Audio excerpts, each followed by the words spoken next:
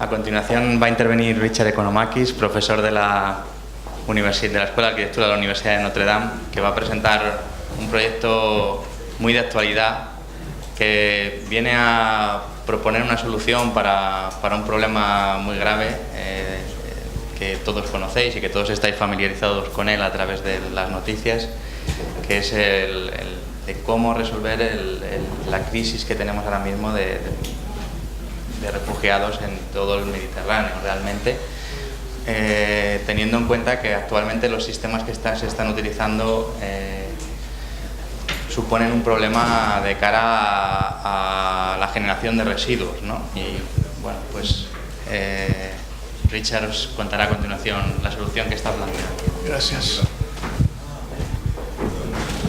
Again, forgive me if I speak in English.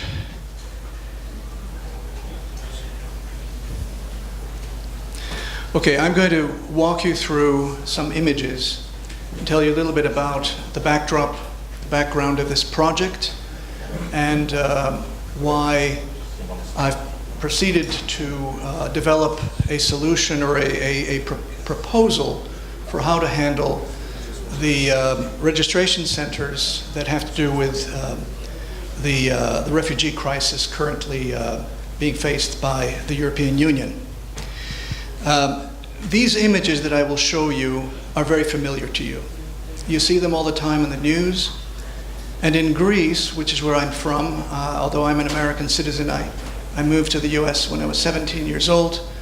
I have family in Greece, and in fact, my personal involvement with this restoration proposal was prompted by a hearing from my brother, who owns a house in one of the islands close to the crisis points in Greece, where he encountered numerous Syrian refugees staggering through town on their way to the main square, all of them very polite and all of them highly educated people who they asked for directions to go to the local authorities and seek asylum in the European Union. So it's a crisis that has come very close to home for me, and I wanted to grapple with it a little bit because it seems to me that the countries in the European Union on the front lines, Greece in particular, especially last year, Italy, and to a degree I know Spain, have been rather slow, in my opinion, in formulating a humane solution, at least for the temporary housing of these refugees. The images on this particular slide show that the migration, these huge numbers of refugees who have made their way to the European Union are both urban. They come from urban areas, but they also come from agricultural areas, from small towns. And so I will not dwell on these so much. They're familiar images. But what I can tell you is that the refugee encampments that have been set up in countries right there on the front lines, for instance in Jordan, are rather improvised and ramshackle, and I would say unfit for living. And this is one in Jordan. And another thing that you should be aware of course, what was happening until recently is that a lot of the pattern of migration as it unfolded was that Syrians and Iraqis especially would make their way to Turkey first, because it was the closest country in the region to the European Union.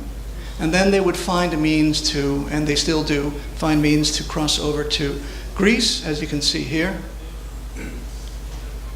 And once they get over to, once they arrive in Greece, they are within European Union jurisdiction.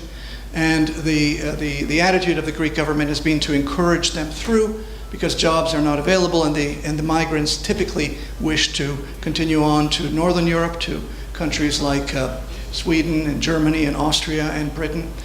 And so the attitude has been to kind of steer them through, encourage them through. Of course now that has changed, because as of the end of last summer, an agreement was reached between the European Union, of which Greece, of course, is a part, and Turkey, whereby any migrants making their way to Greece would be returned to Turkey, and so on. So that has stemmed the flow, but there still are 60,000 migrants from the Middle East who are stuck in Greece because the borders between Greece and the northern countries, Bulgaria, Macedonia, Albania, etc., have effectively been blocked. These are scenes that you can see almost on a daily basis in some of the Greek islands, because despite the agreement, refugees continue to try and get into the European Union and take their chances. And these are pictures, I think, of a human tragedy unfolding. And it could be you, it could be me, it could be your children. These are human beings, and regardless of their provenance, their culture, and their faith, they are human beings. And so the scenes, of course, are scenes of human tragedy. Very hard not to move one, and certainly very hard not to move one to take action. For an architect, as an architect, I feel that it is almost a duty to stand up and make some kind of a proposal as to how to house them. Because currently what you find in Europe, I'm showing you two stages of housing for these migrants. For instance, the images on the left are registration centers in Greece, in this case the Moria Center on the island of Lesbos, which, as you can see, is effectively a prison camp. It is a barbed wire encampment with temporary structures. And of course then this is where migrants seek to register and then continue on to their chosen destinations. And on the right you see examples of the kind of housing you find at the points of, at the destination points. In Germany, you either have refurbished, abandoned factories and hotels and so on, or you find prefabricated units that are stacked, and people are kept there until they can achieve status, refugee status, and then work and then be integrated into the workforce. And so the typical transition stage of the migrant, of the asylum seeker, is one in which they go through all sorts of processes, and they are advised by European specialists, caseworkers, etc. And the whole process takes approximately 6 months to complete. And those 6 months are a very large chunk of time for many migrants, especially young men who might have left jobs behind them and find themselves idle with nothing to do.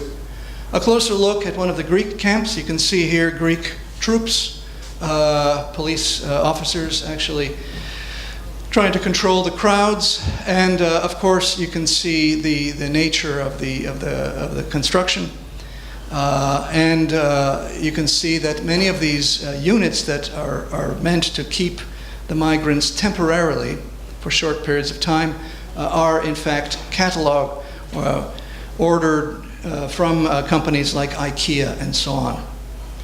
And of course they are made of, being prefabricated, they're made of industrial materials. And the numbers we are talking about are in the hundreds of thousands, in fact, perhaps approaching the millions, I want to say. Here's a camp in Jordan. And of course, what happens is, many of these shelters have approximately a 3-year lifespan, and they will, of course, end up in landfills. That is what's going to happen. And the materials include plastics like PVCs and everything down to photovoltaic units, which are highly toxic. So what we have in Europe is a catastrophe waiting to happen. In 3 years, all those, and not just Europe, of course, other countries where these encampments are being set up. There's one in Greece there on the right. And these units have been proven to be faulty. The Swiss, in fact, have rejected the famous IKEA pack because it doesn't meet safety regulations. So one of the things we really need to do is to look carefully at some of the principles that have been part of our architectural heritage in Europe, and to see what we can learn from them. And one of these principles is the principle of repurposability. You know, you don't need to be told what repurposability is here in Spain. You know perfectly well what it means. Here are some examples. Of course, you know, buildings can be as old as antiquity. The Roman Stock Exchange, as you know, is housed in an ancient Roman temple. And in the Theatre of Marcellus, apartments are actually lived in. And of course, the famous mews houses in Britain now make for small, comfortable houses. And in the United States, we often repurpose older buildings, in this case, a factory building near where I currently live. Another thing that was important to remember is that many of these migrants, these refugees, come from highly urban parts of the Middle East, Iraq and Syria in particular. And I don't need to show you these pictures, but you can see here in Syria just how similar their cities might be to the kind of experiences of urban living that we have. So this was the backdrop, and the motivation to create a vision, put it that way, is summarized here. Unfortunately, the Spanish summary is not very legible, I'm afraid, in this slide.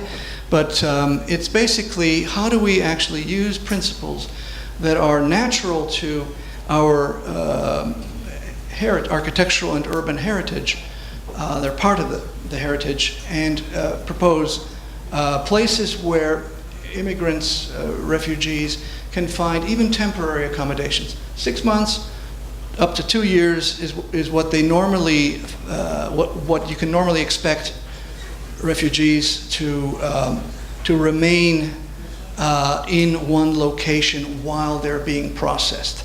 Now again, I want to say that I'm not making a political statement. I'm a little bit on the fence myself about exactly, you know, how one really needs to grapple with this at a political level. But I do know that it is our responsibility as Europeans to provide even temporary quarters, even those quarters for people that will be returned to their countries because they do not meet the criteria. They need to be housed humanely, if only to send a message to the world about what kind of people we are. And so I would say that even if we're talking about 6 months, let those 6 months be a highly civilized and urbane experience. This is a first view. I hope you can see it clearly. It's a first view of a master plan for a settlement that would hold applicants for asylum. And of course, you can notice that it is a grid, and it has a variety of spaces and a variety of public buildings. This is the vision that was shared with the European Union officials and Greek government officials and Italian government officials. I've had some responses. And just to show you a little bit the master plan, you can see that it is a grid. And of course, it was based on a Roman prototype, which I will describe. Basically, and this particular template, this master plan, is really intended for no more than 10,000 migrants, refugees or asylum seekers. And you can see that the entire structure of this template, this urban template, is around a central square with 4 quarters, which of course could be expanded if necessary. And each quarter, of course, has sort of centers on public spaces and other public buildings. And so there are provisions like, of course, a registration center proper, which includes government offices, etc. Theaters, a mosque or mosques, even churches, because Approximately 12% of the migrants that were coming into Greece were Christians. A refectory, clothing dispensary, and I would say one of the most important things for a registration center would be the provision of vocational schools. Idle people, especially idle young people, especially if they wish to further their careers in their destinations, will want to learn. And there are, I'm sure, plenty of locals in Greece and Italy and Spain, etc., frontline nations, who would be willing to instruct. Or perhaps, languages, if the ultimate intended destination of a refugee or an asylum seeker is, say, Germany. Why not use those 6 months as an opportunity to learn the language? I mentioned that the template is inspired by Roman gridded castra, or forts. The grid, of course, is a good starting point for any urban solution, provided, of course, that one is prepared to adapt it, as the Romans did. But sometimes if you're talking about open plains, flat lands, like, for instance, Idomeni in northern Greece, which is, in fact, in a flat area, why not just lay it down as a grid? It's highly efficient and easy to move around. And, of course, the castra you're all familiar with, even from cities like Padua in Italy, which preserves the ancient Roman castrum, which is how the town was how it originated. One thing in developing this master plan, one thing I learned is that back in the 1920s, after the Greco-Turkish War, in Greece, there was a great campaign to build with mud brick. In fact, children were instructed, you can see Greek children here in the 1920s, they were instructed to create mud bricks. Now, mud bricks, Adobe construction, is this thing, can you hear me? Yeah, okay, good. It is, of course, it uses natural materials. One of the advantages. So sorry to interrupt, but the microphone is not working. ¿Funciona este? So sorry. It's okay. Could you Put it in a pocket, yeah, right here, perhaps. Is it open? Yeah, sure. Great. You. Thank you. I hope you can hear me now. Anyway, many of the millions of Greeks poured into. Thank you, anyway. So, this is actually easier. 1.5 million refugees poured into Greece from what's today Turkey, Greek-speaking Christians.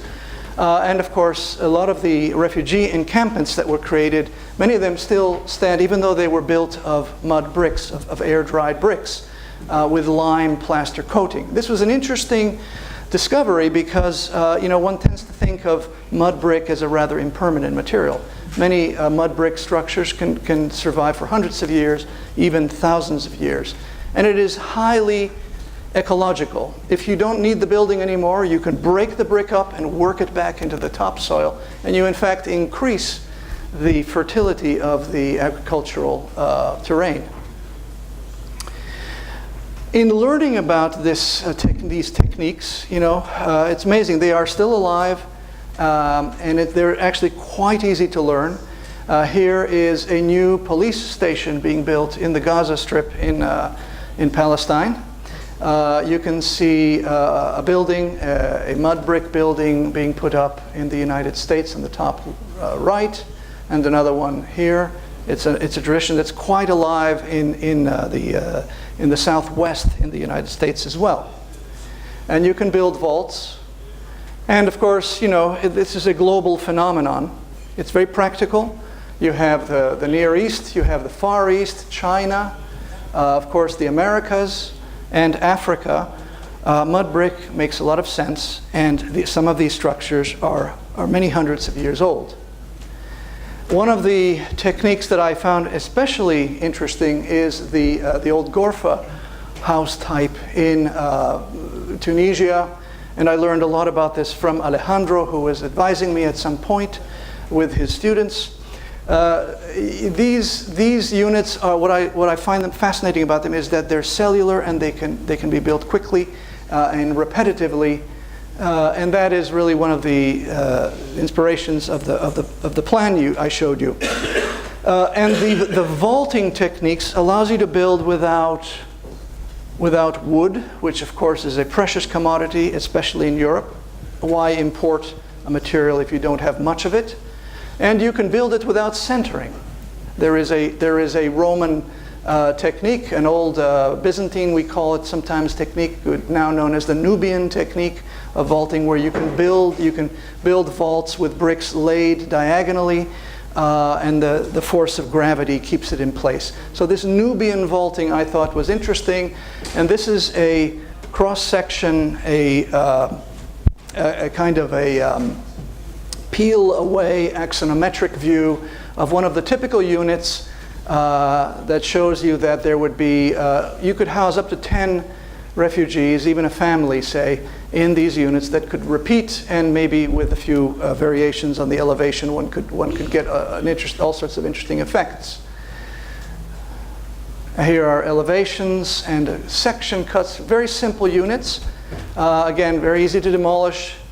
And so if one is done with this, one can imagine demolishing and removing these settlements after the crisis subsides, or say if you get private investment interested in such developments, you could then transform them into, say, resort communities or academical villages or affordable housing. One of the things we did in the last few months at the School of Architecture with my students is we took this master plan and we looked at the creation of public buildings, and I'll show you very quickly the kinds of buildings that the students looked at. A bus station, government offices, church, refectory, services building, community hall, mosque, and theater. And we then, I'm afraid you can't see these images very well, but you can see that the students worked on creation of somewhat more permanent public buildings, even a water tower, where they would emulate the local traditions. So if you're building in Greece, perhaps you can build something that calls on the local tradition. These are just some views. There's even a mosque there. I won't dwell on this. But this is the kind of thing that could easily be adapted into affordable housing, or etc. Now, one of the questions was, well, how can you simply rely on a gridded prototype if you're going to be hopefully promoting this and building these kinds of communities on real sites? So we took a real site. It's fictive, really. It's not an actual site, but we made it as real as we could on a Greek island site. And we took the grid and we adapted it. And you can see, I hope, in that slide on the right, I hope you can see how one can manipulate the urban blocks and the streets and the units to achieve a comfortable fit, preserving the public spaces, etc. So that is, you can't quite see that these are some drawings by students of this adapted edifice, these edifices. So what I will conclude by saying is that what we're hoping to do and where we're at politically is, you may recognize this, but Greece is a country that's currently in such political turmoil and flux that I think the government is unwilling to commit to any grand projects. They're not even sure they'll be in power in the next few months. And there's also been an interesting kind of changing of attitudes across Europe as this refugee crisis has unfolded. So where it's going, we don't know yet. And I think that's been one of the factors. But I think that as Europeans, we have to think about not just how to temporarily house people and then be done with whatever we've put up, and then it's clean slate, because we will have left quite an ecological mess. I think we need to think it through carefully, think about techniques, think about proper urbanism, think about construction methods for temporary housing that could serve future purposes or easily be removed with zero impact, I would hope. Thank you very much.